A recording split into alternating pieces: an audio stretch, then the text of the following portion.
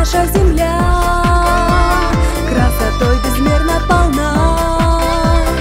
Мой дивный край, край золотой, не налюбоваться тобой. Дай мне доброй силы, страна, этой песней славлю тебя. Горы, леса, реки, поля, Кыргызстан, ты родина моя. О, сияй, мой горный Бишкек, горных кручах Сарычеле, и Сыкули, Джалалабад, нашей встрече я буду рад. Здравствуй, Оши, здравствуй, Талас, вновь Баткен зовет в гости нас. Алатона, Рыбитиншай, процветай, мой Кыргызстан.